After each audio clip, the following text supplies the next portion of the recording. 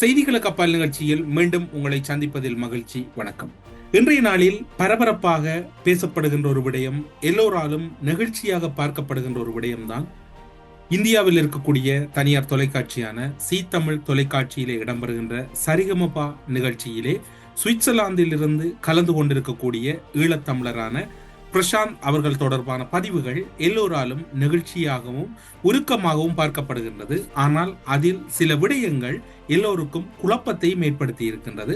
அவை தொடர்பில் தான் இன்றைய நாளிலே நாங்கள் சற்று விரிவாக பார்க்கலாம், அல்லது செய்திகளுக்கு அப்பால் நிகழ்ச்சியில் அவை தொடர்பில் சற்று விரிவான ஒரு அலசலை ஏற்படுத்தலாம் என்றுதான் இந்த நிகழ்ச்சிக்குள் நாங்கள் உங்களை அழைத்து செல்கின்றோம். பல திறமைகளை வெளிக்கொண்டு வருகின்ற மிக முக்கிய நிகழ்ச்சிகளை தமிழகத்திலே இருக்கக்கூடிய தனியார் தொலைக்காட்சிகள், குறிப்பாக விஜய் டிவியாக இருக்கலாம், சி தமிழாக இருக்கலாம், அனைத்துமே ஒளிபரப்பு கொண்டிருக்கின்றன. அதில் அங்கு தமிழகத்தில் இருக்கக்கூடியவர்கள், ஏனைய மாநிலங்களில் இருக்கக்கூடியவர்கள், ஈழத்தமிழர்கள், புலம்பெயர்ந்த ஈழத்தமிழர்கள் என்று பலரும் கலந்து கொள்கிறார்கள். ஆனால் இந்த இடத்தில் தான் ஒரு முக்கியமான விடயம் இங்கு உன்னிப்பாக அவதானிக்கப்பட வேண்டியிருக்கின்றது, அல்லது அந்த விடயம் சற்று தெளிவுபடுத்தப்பட வேண்டியிருக்கின்றது. அந்த நிகழ்ச்சியிலே நடுவராக பங்கு பற்றி இருக்கக்கூடிய பிரபல பின்னணி பாடகர் விஜய் பிரகாஷ் அவர்களுடைய ஒரு கோரிக்கை முன்வைக்கின்றார். இந்நிகழ்ச்சியை பார்க்கக்கூடிய சுவிட்சர்லாந்தில் இருக்கும் அதிகாரிகள் பிரசாந்த் தொடர்பில் நல்ல முடிவினை எடுக்க வேண்டும், இந்த நிகழ்ச்சியை தொடர்வதற்கு அவருக்கு அனுமதி கொடுக்க வேண்டும், இந்த நிகழ்ச்சியை அவர் தொடர வேண்டும் என்று சுவிட்சர்லாந்தில் இருக்கக்கூடிய அதிகாரிகளை நோக்கி ஒரு கோரிக்கை விடுக்கின்றார்.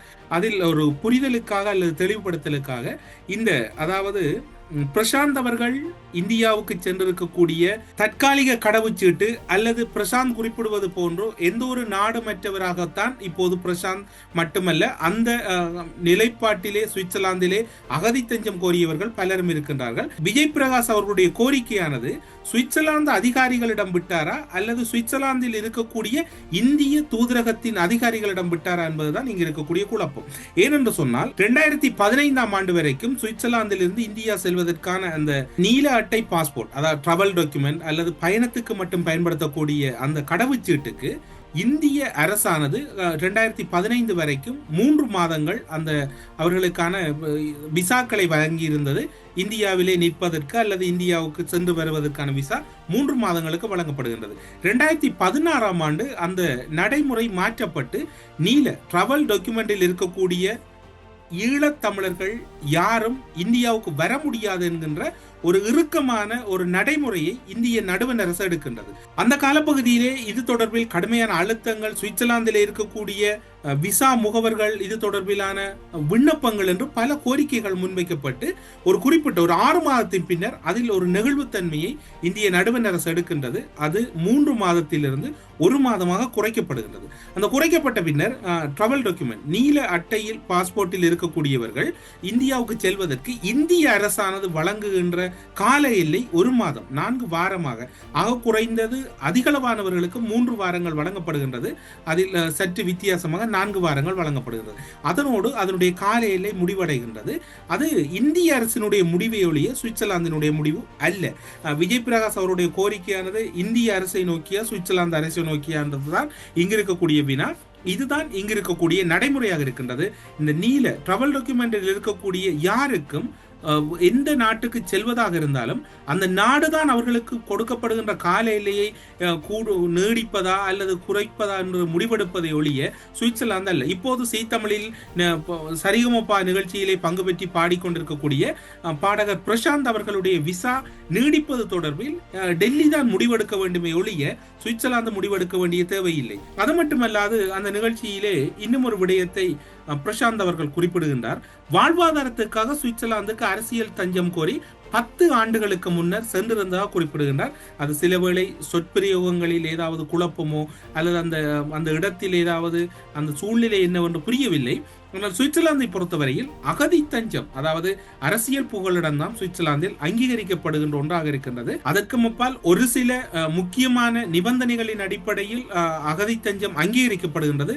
வாழ்வாதாரத்துக்கான அகதி தஞ்சம் என்பது சுவிட்சர்லாந்தில் இலங்கையர்களுக்கு அந்த நிலைப்பாடு இல்லை என்றுதான் என்னுடைய அறிவு கட்டிய வகையில் அல்லது சுவிட்சர்லாந்தினுடைய இருக்கக்கூடிய நடைமுறையில் இருப்பதாக அறிகின்றோம். ஆனால் பிரசாந்த் அதை எந்த அர்த்தத்தில் கூறினார் என்பது புரியவில்லை. அது தொடர்பான நிலைப்பாடுகள் தொடர்பில் அது பிரசாந்த் தான் அது தொடர்பில் தெளிவுபடுத்த வேண்டும். அந்த நிகழ்ச்சியை தொகுத்து வழங்கக்கூடிய தொகுப்பாளினியா இருக்கக்கூடிய தொகுப்பாளினி அர்ச்சனா அவர்கள் கூறுகின்றார், நாடு இல்லை என்றும் போது எங்களுக்கு உறுத்துகின்றது. 2002 பிறந்த உனக்கு 2025 இந்த இன்றைய நாள் தான் நீ பிறந்ததாக நான் உணர்கிறேன். உனக்கு தாயாக தந்தையாக சரிகமபா நிகழ்ச்சி இருக்கின்றது என்று கூறுகின்றார். அது உண்மையிலே ஈழத்தமிழர்களை பொறுத்தவரையில் தமிழகத்திலே உணர்வு பூர்வமாக அவர்களுடைய ஒவ்வொரு வரிகளும் பின்னி பிணைந்திருப்பது மட்டுமல்லாது எல்லோரும் ஈழத்தமிழர்களோடு ஒரு நல்லுறவை பேணுகின்ற ஒரு வெளிப்பாடு என்பது அவர்களிடம் தொடர்ச்சியாக இருக்கின்றது. அதற்கு அரசியல் தலைவர்களும் விதிவிலக்கல்ல, கலைஞர்களும் விதிவிலக்கல்ல. அவர்களிடம் ஈழத்தமிழர்களை அரவணைக்கின்ற அல்லது அணைத்து செல்லுகின்ற ஒரு போக்கு அது அர்ச்சனாவிடம் அந்த அரங்கில் வெளிப்பட்டதையும் பார்க்கக்கூடியதாக இருக்கின்றது. அதனோடு இன்னும் ஒரு விடயத்தை பின்னணி பாடகர் சீனிவாசன் அவர்கள் குறிப்பிடுகின்றார். இப்படி அதாவது இந்த சூழ்நிலையில் ஒருவர் நாடில்லாத சூழ்நிலையில் இருக்கின்றேன் என்று அறிகின்ற முதல் சந்தர்ப்பம் என்று அவரும் தன்னுடைய பதிவை அங்கு பதிவிடுகின்றார். இப்படியாக அந்த நிகழ்ச்சி நடந்து கொண்டிருக்கிறது. சுவிட்சர்லாந்தை பொறுத்தவரையில் நடைமுறை எவ்வாறு இருக்கின்றது என்றால், சுவிட்சர்லாந்தில் அகதி தஞ்சம் கோருகின்ற ஒருவருக்கு 2 வகையான அனுமதிகள் வழங்கப்படுகின்றன. முதலாவது அனுமதி என் என்கின்ற அனுமதியும், அதனைத் தொடர்ந்து அந்த அகதி தஞ்சம் முழுமையாக நிராகரிக்கப்பட்டால் எஃப் என்கின்ற அனுமதியும் வழங்கப்படுகின்றது. ஒருவேளை அகதி தஞ்சம் அங்கீகரிக்கப்பட்டால் பி என்கின்ற அனுமதியும் அதனோடு சேர்த்து எஃப் என்கின்ற அனுமதியும் வழங்கப்படுகின்றது. இவர்களுக்கு வழங்கப்பட, அதாவது அகதி தஞ்சம் அனுமதிக்கப்படுகின்ற இலங்கையிலிருந்து வருகின்ற அமைச்சர் என்றாலும் சரி, அதிகாரி என்றாலும் சரி, சாதாரண குடிமகன் என்றாலும் சரி, அனைவருக்குமே டிராவல் டாக்குமெண்ட், நீல நிறத்தில் இருக்கக்கூடிய டிராவல் டாக்குமெண்ட் வழங்கப்படும். அந்த அதாவது அரசியல் தஞ்சம் அனுமதிக்கப்பட்ட பி மற்றும் எஃப் அனுமதியில் இருக்கக்கூடியவர்களுக்கு அவர்கள் எந்த நாட்டினுடைய குடிமக்கள் என்று தீர்மானிக்க முடியாது. அவர்களுக்கு ஒரு குறிப்பிட்ட கால எல்லையின் பின்னர் சுவிட்சர்லாந்திலே அவர்கள் அந்த சரியான நடைமுறைகளை பின்பற்றி செல்லுகின்ற போது அதன் பின்னர் அவர்களுக்கு சி அனுமதி வழங்கப்பட்டு, அதாவது அதன் பின்னர் நிரந்தர குடியுரிமை அவர்களுக்கு வழங்கப்படும். அதாவது சுவிஸ் நேஷனாலிட்டி அவர்களுக்கு வழங்கப்படும், அல்லது சுவிஸ் பாஸ் என்று சொல்லுவார்கள். இது சுவிட்சர்லாந்தில் இருக்கக்கூடிய நடைமுறை. அகதி தஞ்சம் கோருகின்ற ஒருவர் அகதி தஞ்சம் நிராகரிக்கப்பட அவர் வந்ததிலிருந்து ஆக குறைந்து 14-15 வருடங்களில் அங்கு இருக்கக்கூடிய அனைத்து நடைமுறைகளையும் தாண்டுவாராக இருந்தால் ஒரு சுவிட்சர்லாந்தில் அகதி தஞ்சம் கோரியவரோ 15-16 வருடங்களில் சுவிஸ் பிரஜையாக மாற முடியும். அவ்வாறு இல்லாத பட்சத்தில் அதிகளவானவர்கள் அகதி தஞ்சம் கோரியவர்கள் கூடுதலாக அகதி தஞ்சம் கோரிய பின்னர் அந்த ஒரு குறிப்பிட்ட கால எல்லையின் பின்னர் அவருடைய விசாவை சாதாரண பியாக மாற்றிக்கொள்வார்கள். அப்படி மாற்றிக்கொள்ளுகின்ற போது அவர்கள் இலங்கைக்கு சென்று வர முடியும், இலங்கை பிரஜையாக இருக்க முடியும். ஆனால் நீல அட்டையில் இருக்கின்ற போது அவர் இலங்கை பிரஜையாகத்தான் இருப்பார். ஆனால் இலங்கை கடவுச்சீட்டை அவர் பயன்படுத்த முடியாது. அந்த கடவுச்சீட்டுக்கு பதிலாக நீல கலரில் இருக்கக்கூடிய கடவுச்சீட்டை பயன்படுத்துவார். அது டிராவல் டாக்குமெண்ட் என்று தான் பொருள்படுமே ஒழிய அது வேறொரு அர்த்தமும் கொள்ளாது. இந்த நீல கடவுச்சீட்டு அல்லது டிராவல் டாக்குமெண்டில் இருந்து இந்தியா செல்லுகின்ற பலர் 2016 முன்னரும் அந்த விமான நிலையத்தில் கடும் நெருக்கடிகளை சந்தித்திருக்கின்றார்கள். அங்கு இருக்கக்கூடிய அதிகாரிகளால் அவர்கள் சீண்டப்படுவது அல்லது அவர்களோடு பணம் பறிக்க முற்படுவது அல்லது அவர்களை மிரட்டுவது, இந்த இப்படியான கடவுச்சீட்டு எந்த நாட்டில் இருக்கின்றது, இது பிழையான ஒரு கடவுச்சீட்டாக இருக்கின்றது, நாங்கள் காணவில்லை என்று மிரட்டுகின்ற சம்பவங்கள் எல்லாம் முன்னரும் இடம்பெற்றிருந்தது. இதில் தொடர்புபட்ட பலருக்கு இந்த சம்பவம் தெரியும். இது இப்படி இருக்கின்ற போது இவ்வாறான சூழ்நிலையில் புலம்பெயர்ந்த நாடுகளில் ஐரோப்பாவாக இருக்கலாம், பிரித்தானியாவாக இருக்கலாம், கனடாவாக இருக்கலாம், ஆஸ்திரேலியாவாக இருக்கலாம், எல்லா இடங்களிலும் ஈழத்தமிழர்கள் அகதிகளாக செல்லுகின்றார்கள். அங்கிருக்கக்கூடிய நடைமுறைகளை பின்பற்றி அவர்கள் அந்த நாட்டின் குடிமக்களாக மாறுகின்றார்கள் அல்லது அதன் பின்னர் அவர்கள் சாதாரண நிலைக்கு சென்று இலங்கை சென்று வருகின்ற ஒரு சூழ்நிலையும் இருக்கின்றது. இந்தியாவுக்குள் செல்வோம். இந்தியாவை பொறுத்தவரையில் சொல்லப்போனால் இந்தியாவில் ஈழ அகதிகள் சென்றவர்கள் இன்று நேற்றல்ல, ஈழத்திலே யுத்தம் எப்போது ஆரம்பிக்கப்பட்டதோ அப்போதிருந்து இந்தியாவுக்கு சென்ற அதிகளவானவர்கள் சிறப்பு தடுப்பு முகாம் என்கின்ற ஒரு பெயரை வைத்துக் கொண்டு வதை முகாமில் தடுத்து வைக்கப்பட்டு இன்று வரையும் சித்திரவதை செய்யப்படுகின்ற நிலையே இருக்கின்றது. அதனோடு ஒப்பிடுகின்ற போது இந்த நீல கடவுச்சீட்டு அல்லது டிராவல் டாக்குமெண்ட் எவ்வளவோ மேல் அவர்கள் எவ்வளவோ கௌரவமாக நடத்தப்படுகின்றார்கள். இன்று பிரசாந்த் இந்த நிகழ்ச்சியை தொடர வேண்டுமா அல்லது தொடரக்கூடாதா என்று முடிவெடுக்க வேண்டியது சுவிட்சர்லாந்து அரசு அல்ல. இன்று இந்தியாவினுடைய நடுவண் அரசு இந்த விசா தொடர்பான நடைமுறையில் என்ன நிலைப்பாடு எடுக்க வேண்டும் என்று முடிவெடுக்க வேண்டுமே ஒழிய சுவிட்சர்லாந்து அரசு இதுக்கு முடிவெடுக்க வேண்டிய தேவைப்பாடு இல்லை. ஏனென்றால் இது சுவிட்சர்லாந்து அரசினுடைய முடிவோ கடவுச்சீட்டு தொடர்பான நிலைப்பாடுகளோ இந்திய அரசினுடைய முடிவுதான் இங்கு இருக்கின்றது. எனவே பிரசாந்தை திருப்பி அனுப்புவதா அல்லது அவர் தொடர்வதா என்று முடிவெடுக்க வேண்டியது சுவிட்சர்லாந்து அரசு அல்ல, இந்திய அரசு. இந்தியாவினுடைய அகதி தஞ்ச கோரிக்கை தொடர்பான சில அண்மை கால போக்குகளை பார்ப்போம்.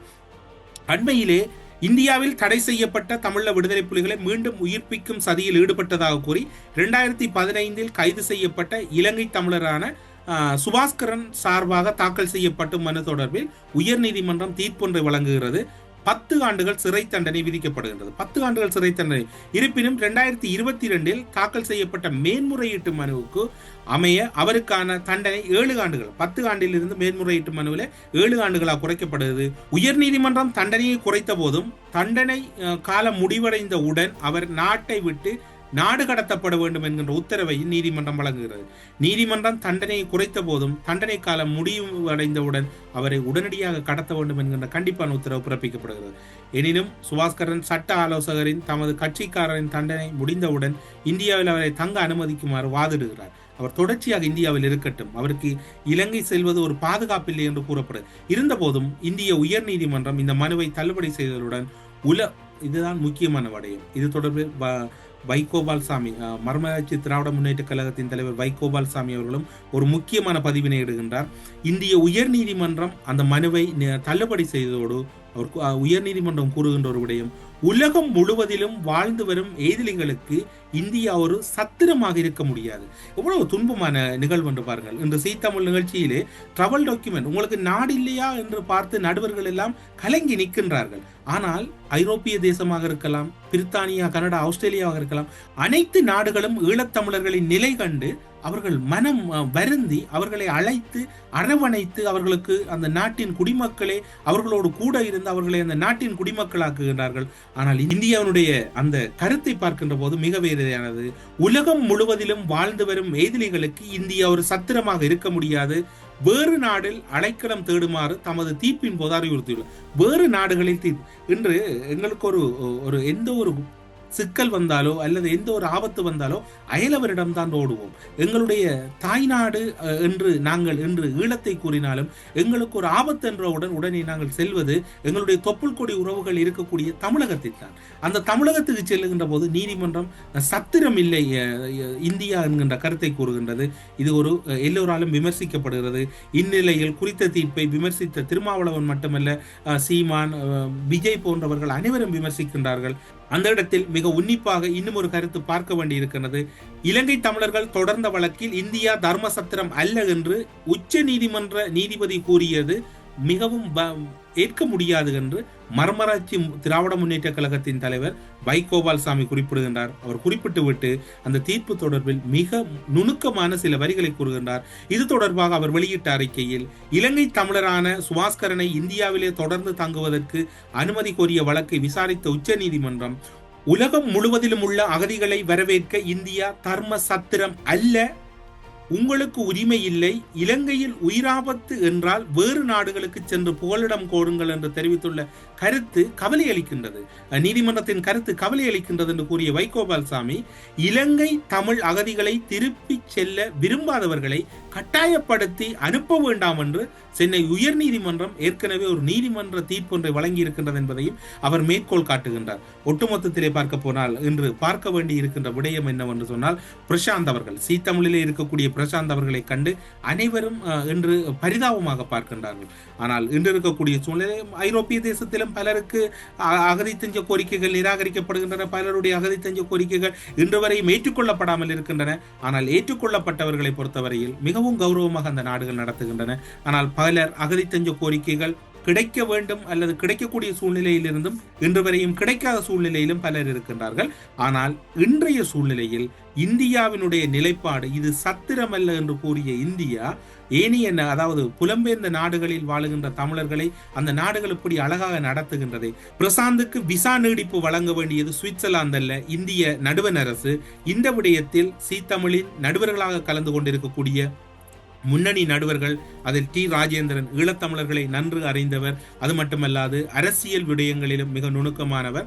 அவரும் அந்த அரங்கிலே ஒரு நடுவராக பங்கு பெற்றி கொண்டிருக்கின்றார். அவர் ஒரு கலைஞர், தயாரிப்பாளர், பல பரிணாமங்களை உடையவர். எனவே இந்த விவகாரங்கள் ஒரு சாராரை மட்டும் தொடர்புபடுத்துவது என்பதை கடந்து இந்த விடயத்தில், அதாவது பிரசாந்த் விடயத்தில் இந்திய நடுவண் அரசின் நிலைப்பாடு எப்படி இருக்க போகின்றது? இந்திய நடுவண் அரசு இதில் இருந்து கை நழுவி செல்ல போகின்றதா அல்லது இந்திய நடுவண் அரசு பொறுப்பான பதிலை எடுக்க போகின்றதா? சுவிட்சர்லாந்திலிருந்து இந்தியா சென்ற பிரசாந்தினுடைய எதிர்காலத்தில் இந்திய அரசு என்ன முடிவெடுக்க போகின்றது, அந்த முடிவு தொடர்பில் உச்சநீதிமன்றத்தில் ஒரு தீர்ப்பு இருக்கின்றது, சத்திரமல்ல என்று கூறிய நடுவண் அரசு இந்த விவகாரத்தில் என்ன நிலைப்பாட்டை எடுக்கப் போகின்றது, பொறுத்திருந்து பார்ப்போம். இது ஒட்டுமொத்த ஈழத்தமிழர்களிடமும் புலம்பெயர்ந்து வாழுகின்றவர்களிடம் இருக்கக்கூடிய ஆதங்கம், தாயகத்தில் இருக்கக்கூடியவர்களிடம் இருக்கக்கூடிய ஆதங்கம், கலைஞர்கள் என்று பல தரப்பினரிடம் இந்த விடயத்தை எப்படி கையாளப் போகின்றது என்றுதான் என்று கூற வேண்டியிருக்கின்றது. இந்திய நடுவண் அரசு ஈழத்தமிழர்கள் என்று சொன்னால் அவர்களுக்கு ஒரு தயக்கம் அல்லது அவர்கள் மீது ஒரு பயம் அல்லது அவர்களை என்றுமே ஒரு வெறுக்கின்ற நிலை தொடர்கின்றது. கலைஞரின் விடயத்தில் என்ன செய்ய போகின்றது என்று பொறுத்திருந்து பார்ப்போம். அல்லது அவர் கூறியது போன்று அவர் குறிப்பிட்ட நாட்களில் சுவிட்சர்லாந்து திரும்பி செல்வாரா என்பதையும் நாங்கள் பொறுத்திருந்து பார்ப்போம். அப்படி அவர் திரும்பி சென்றால் அதனுடைய முழு தவறுக்கும் பொறுப்பான இந்திய அரசு தான் இருக்க வேண்டும். சுவிட்சர்லாந்து அரசோ அல்லது சுவிட்சர்லாந்து அதிகாரிகளோ இல்லை என்பது மட்டும்தான் இங்கு கூறிக்கொள்ளக்கூடிய செய்தி என்பதை செய்திகளுக்கு அப்பால் நிகழ்ச்சியில் கூறி விடைபெறுகிறோம். நன்றி, வணக்கம்.